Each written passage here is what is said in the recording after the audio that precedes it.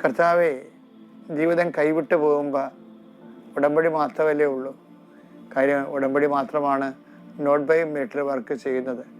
നിൻ്റെ കഴിവ് കൊണ്ടല്ല, എൻ്റെ കൃപ കൊണ്ടാണെന്ന്.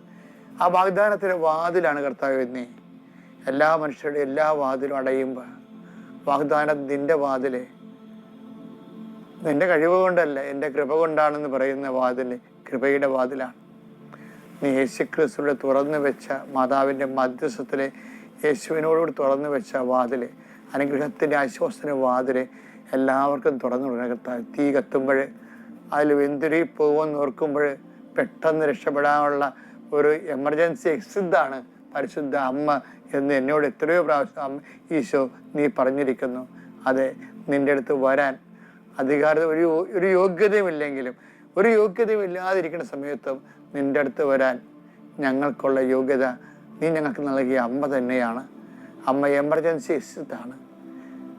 അതായത് അപകട സമയത്ത്, അങ്ങനെയുള്ളൊരു സമയത്ത്, ഒരു യോഗ്യതയുമില്ലാത്ത സമയത്ത് ഞങ്ങൾക്ക് വേണ്ടി രക്ഷപ്പെടുത്താനൊരു വാതിൽ നിൻ്റെ അടുത്ത് കൊണ്ടുവന്ന അമ്മ നിൻ്റെ അടുത്ത് കൊണ്ടുവന്നൊരു മനുഷ്യർ പോലും തിരിഞ്ഞു നോക്കേണ്ടി വന്നിട്ടില്ല. കർത്താവെ, ഇന്നത്തെ പ്രാർത്ഥനയിൽ പങ്കെടുക്കുന്ന ഓരോ കുടുംബവും അവരെ സപ്പോർട്ട് ചെയ്യാനോ ശുപാർശ ചെയ്യാനോ ആരുമില്ല. ശുപാർശയും കൊണ്ട് വരുമ്പോൾ അതിനേക്കാൾ വലിയ ശുപാർശയും കൊണ്ട് വന്ന് അവർക്ക് അവരുടെ ഈ കിട്ടേണ്ടത് നഷ്ടപ്പെടുകയും നിസ്സഹായം നിൽക്കുകയും ഈ ജീവിതം എന്തിന് തന്നു എന്ന് പോലും ചിന്തിക്കുന്ന സാധാരണ സങ്കടപ്പെടുന്ന മനുഷ്യരുണ്ട്. അവിടെ കൂടെ നിന്നുകൊണ്ട് കർത്താവെ ഞാൻ പ്രാർത്ഥിക്കുന്നു. ജീവിക്കാനുള്ള മാർഗത്തിന് വേണ്ടി അലയുന്നവരെ, മേൽഗതിക്ക് വേണ്ടി പരക്കം പായുന്നവർ, അവിടെ എല്ലാം കൂടെ നീ ഉണ്ടാകണമേ. അമ്മേ, നിൻ്റെ മധ്യസ്ഥം ഉണ്ടാകണമേ.